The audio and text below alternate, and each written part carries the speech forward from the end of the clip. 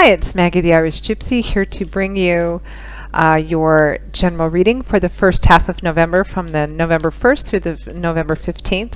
Thanks to everyone for joining us here today, and welcome to any newcomers, and welcome back to followers and subscribers. And thanks to those of you who take the time to send in your support, feedback, and comments. I'm not sure if my background has changed since I put out my last general videos. I've been doing so much traveling lately. I am currently back in Poland after exploring North Africa for the last couple of weeks, and I'll be here for another couple of weeks before returning home to the States. One of the things, drawbacks sometimes of traveling so much is I have little control over sometimes what my background is going to be like or lighting, and today it is a blank wall, so you'll just have to deal with that and looking at my funny face.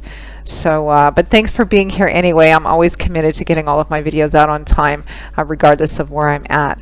So this reading is for our lovely lions for the fire sign of Leo for the first half of November 2019. Remember to watch your other signs if you know them as well, your rising sign video, moon sign, Venus, etc., because that can provide additional clarification.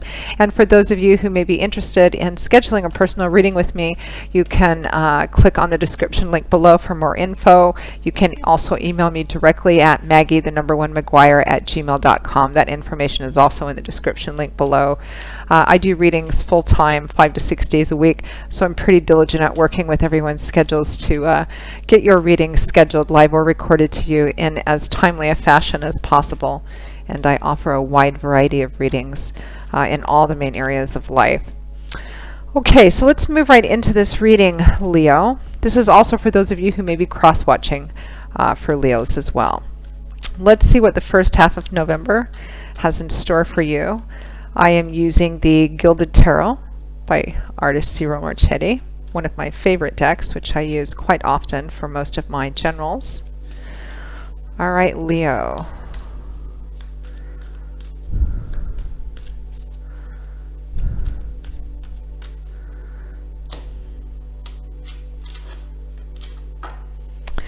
Okay, Leo. For the first half of November, we have the Ten of Swords, followed by the Eight of Cups. For around the second week or so, we have the Nine of Cups, followed by the King of Swords. And from the bottom of the deck, your overall advice and guidance is the Three of Cups. So, Leo, it looks like many of you are going to be leaving something behind that you ultimately have found to be disappointing and disillusioning. And I actually feel, I mean, this first combination of cards is a bit challenging looking. We have the Ten of Swords and the Eight of Cups. The Ten of Swords is often referenced as the betrayal card or the stabbed in the back card. But it can also represent, and I feel like it does for many of you here, a profound sense of disappointment at discovering something which you thought was going to actually be or play out one way, coming to the realization or the awakening, perhaps there's been kind of a lead up to this, that it's not going to turn out, or it isn't turning out the way that you wanted it to, the way that you kept trying to believe that it was going to turn out. And so as a consequence of that, you are making the decision to turn away and leave something behind, because ultimately you're looking for joy and fulfillment. You know, and now when I'm looking at the elemental energy, we have Two Swords, Three Cups, so which is thoughts and emotion. Air is what governs the element of Swords, which is all about what goes on up in our heads, our thoughts and belief systems and ideologies. And Cups is water energy, which governs that watery emotions, the watery energy of our emotions and feelings, very mercurial and kind of up and down. The Eight of Cups, and I really feel like for many of you, this is not a recent or new situation. So for some of you, this might be, I have a feeling it could be relationship for many of you. For others, it might be, a situation which has been kind of ongoing, because I don't believe this is a sudden or new situation. I believe it's some relationship or situation that you were involved in that I think you kept trying to believe was going to be a certain way, but something has happened either recently, or it's been kind of a culmination of the buildup of things happening over time, where you finally decided, this isn't what I ultimately want. And so in order to even have the chance of having what I ultimately want, I have to make the decision to walk away, even though I'm still scanning the horizon. I'm not really quite sure what's out there. As long as you stay in a situation to be unfulfilling, there's no chance of even opening yourself up to the possibility of having what you want later down the road. And I think that's what's happening here. I think many of you are actually exercising more mental energy over your emotions. The Eight of Cups is an interesting card. It represents walking away from whatever it is these cups represent. Now, some of these cups are tipped over and spilled out, and some of them are upright and full. So the implication is that you've tasted and drunk from most of these cups, but perhaps not all of them. But instead of allowing it to play out and drinking from all of these cups, in which case they would be tipped over, you've, I think, decided that, what this was in the beginning isn't coming across the same way. It doesn't taste as good. And I'm leaving to really find my fulfillment, because the next card after the Eight of Cups, of course, is the Nine of Cups. And the Nine of Cups, which you actually have here, is considered the wish fulfillment card, or having what you want. Always cautionary advice with that. Sometimes we get what we want. We find out it's not everything that we thought it was. So in the preceding card, in the Eight of Cups, you don't have that fulfillment, that emotional fulfillment yet. So you're making up your mind to turn your back on what these cups represent, this emotion. And even though you're still surveying the horizon, you may not be sure what direction you're going, and you may not be sure what lies out there. Does what I want, is it still possible? But I know that as long as I stay with what isn't fulfilling and isn't what I want, I have no chance. So it's about making a difficult decision, I think. And, making an emotionally difficult decision too, because I feel like this is a very difficult decision for many of you. And I feel like for many of you, it's actually been a long time coming. And if this doesn't resonate with you, then obviously it isn't for you. For example, for those of you for whom this may be a love or romance relationship, it represents that perhaps in the beginning and over some time, you thought the relationship was going to go to a certain place, maybe a deeper, more committed level of responsibility or attachment or accountability, maybe moving in together, maybe getting married, whatever that might mean for you. And I just have this feeling that for a lot of you, there were some signs along the way that it either wasn't going that way, but there was enough kind of in between to keep you kind of hoping, keep you believing, kind of the proverbial carrot.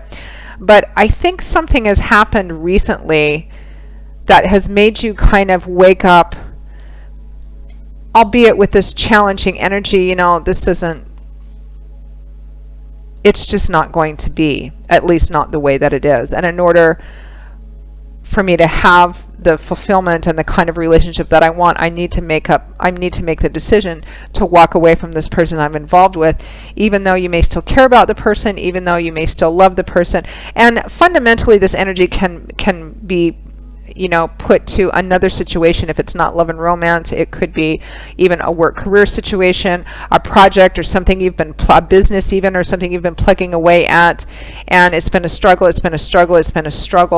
and you finally just make the decision, in order to have what I really want in this area of my life, in this situation or relationship, I'm going to have to actually leave this and move into perhaps initially a painful healing mode in order to have what I want. And I feel like your emotions have been leading you for quite some time in this. Your emotions have perhaps, and your hope, an emotional thing, has been keeping you in this for quite some time. But I think that something has happened, or again, I'm feeling like for some of you, it's not so much perhaps one big thing, but just a culmination of things, and then one more thing happening, and you're like, all of a sudden it's like the veil is lifted from your eyes, and you're realizing with a pretty deep, many of you, a deep and profound sense of disappointment and loss, and maybe even betrayal of yourself, that it's time for you to leave, because whether or not you're leaving transform this situation into something else, or whether you're leaving means that you go through a period of healing and then you open yourself up for what you truly do want. I feel like you're exercising a lot more mental energy, more air energy, rather than allowing your emotions to lead you, which is what's been keeping you in this unfulfilling situation or relationship for so long. We next have the Nine of Cups and the King of Swords. So here's the lottery card, the wish fulfillment, the having everything you want, being able to kind of share that and display that.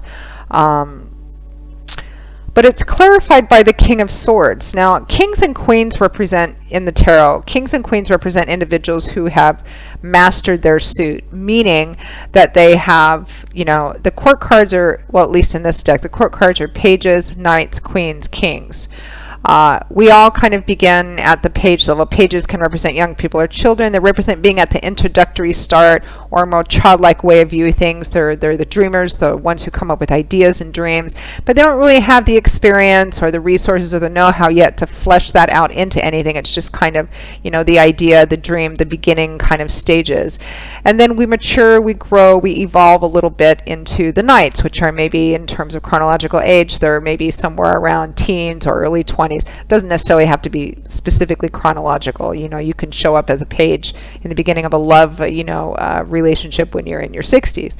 But it's a maturation level. So queens and kings, knights are still spontaneous and impulsive, but they have a bit more experience than pages, so they can actually start physically manifesting some things. Queens and kings represent individuals who have reached a point of self-mastery, self-control, and responsible balance over the character traits inherent to their suit. Swords is mental energy, it's air energy, mental energy, it's ideas, perspectives, how we communicate our words and our ideas, and how we bridge that gap between us and the world and other people based on what goes on in our heads.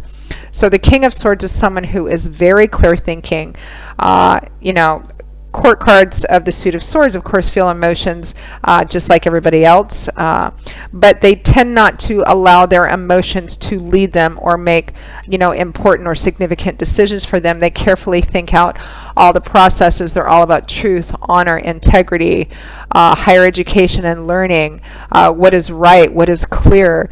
They are sometimes known for sacrificing their own emotions on the altar of actually what is true and what is reality, which I feel like some of you are doing here. I mean, the King of Swords is clarifying the Nine of Cups. So this is about being a lot more insightful and clear thinking about what you actually really want, what is actually going to bring you joy in this area of your life. For example, if it's a love or romance situation, you're in one perhaps with someone you care and love about, but if they don't want ultimately the same things for you, then logic, the King of Swords, would dictate that this is not the right person, in spite of the fact that my emotions are tied up with them.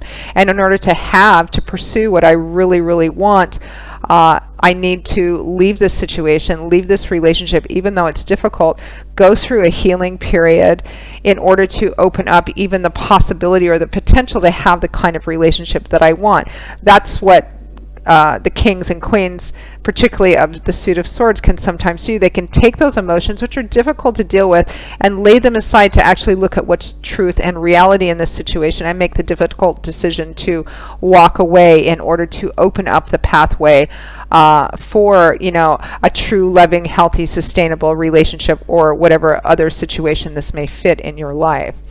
Now, and that's always a very difficult and challenging thing to do, and kudos for those of you who appear to be doing it, even though it's difficult. Now, your helpful advice and energy and guidance from Spirit is the Three of Cups. This is what's going to help sustain you during this time.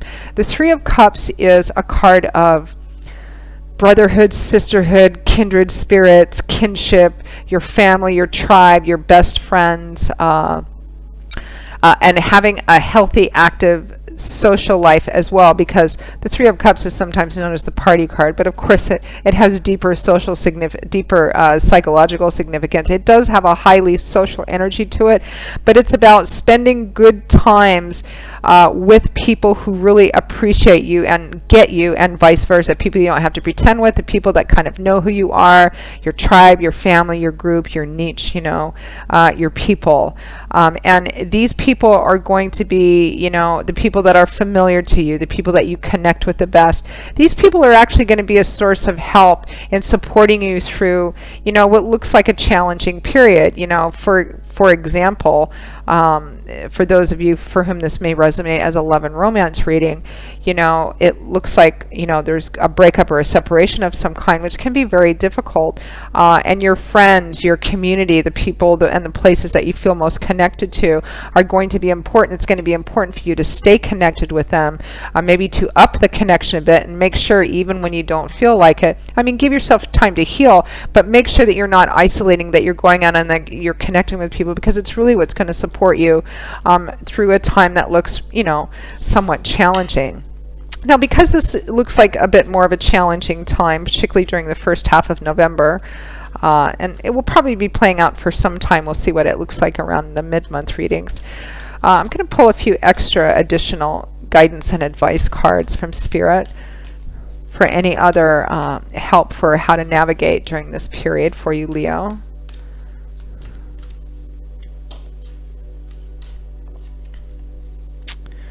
We have strength. Oh, and right behind it we have death. That's great advice. So strength is about facing your fears, your doubts, your insecurities, kind of wrestling with your demons, and of course, because this is a general reading and there's many of you watching, the details and specifics will vary, although the energy remains the same, and the intensity will as well too. So wrestling with your demons and strength, this is about kind of the inner strength. And, facing your fears, your doubts, your insecurities, and wrestling with your demons, or your shadow self as it's kind of sometimes referred to. It's about taking a look at those aspects of yourself, perhaps in this situation, that you maybe haven't liked and maybe might be a bit ashamed of or want to change, or looking back perhaps like at this relationship, why did I stay so long when it was so clear to everyone else, and sort of me too, my intuitive sense. Well, I need to face the fact that, these are the decisions I made and this is what it leads me to. And it's also about, again, I'm using a love and romance relationship as an analogy because it's an easier analogy, and I also think that this is going to resonate that way for many of you, not all of you, but many of you. It's about actually, facing the ending of something, the ending of a relationship, or the ending of a situation. And I think that we discount the value of going through endings because they're often painful, difficult, uncomfortable, sad. We don't like to go through them. So we stay sometimes, often in situations and relationships, far longer than we should because we're afraid of that ending. We're afraid of that period afterwards where we're alone and we're thinking, and maybe we also sometimes make the mistakes of going back through old pictures and tag, because it's sometimes part of the process, as long as you don't get stuck in those. We don't want to be alone because it sometimes in the midst of that, it can feel like, oh, you're going to be alone for the rest of your life. You're never going to find another person, like blah, blah, blah, fill in the blank. And this is about actually trusting in God, Spirit, your angels and guides, trusting in divine timing and intuition, and trusting that if you're making the decision that's in the best, highest good for yourself, which also means secondarily for this other person too, then that is what Spirit sees and gives them energy to work with. You are doing what's best for yourself in the long run, even though right now it might be difficult or it might hurt. And you're facing all of those fears. You're facing the unknown, kind of, am I ever going to find what I want? Am I ever going to have what I want? You're facing those. And it takes a tremendous amount of strength and courage and humility and insight and wisdom to face those, to go through it. But it's also what you gain more of, and freedom when you go through them.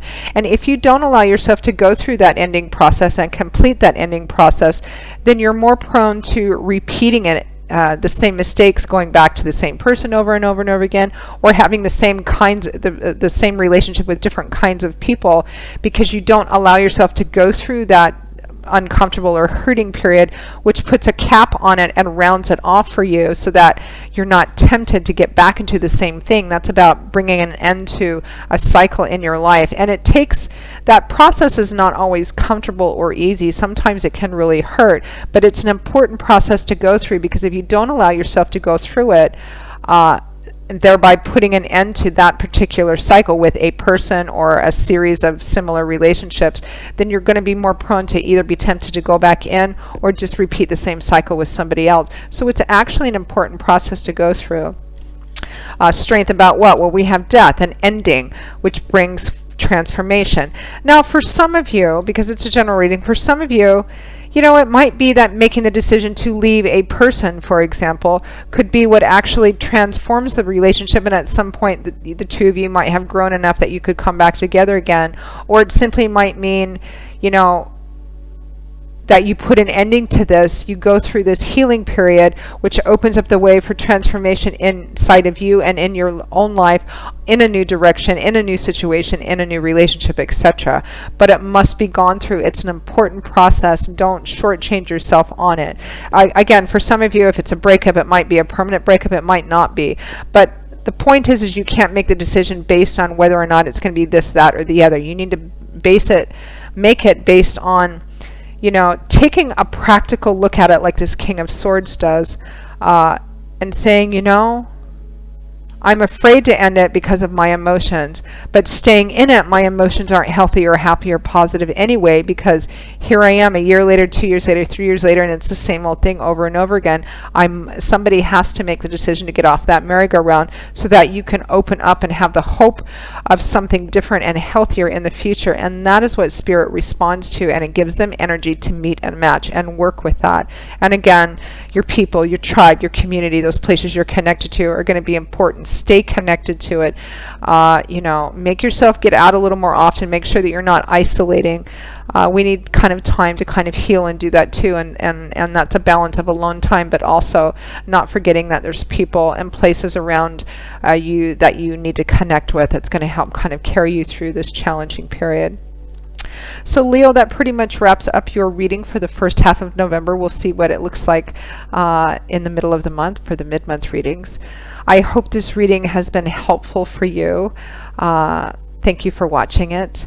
Again, if any of you are interested in reaching out for a more personal one-on-one reading with me, you can click on the description link below for more information. Please feel free to email me directly at Maggie1McGuire@gmail.com. I would be most happy to work with you. I will see you again in a couple of weeks for the mid-month readings, and until then, as always, I wish you much joy, peace, love, and strength during this time, and I hope to see you back here again soon. Take care. Bye-bye.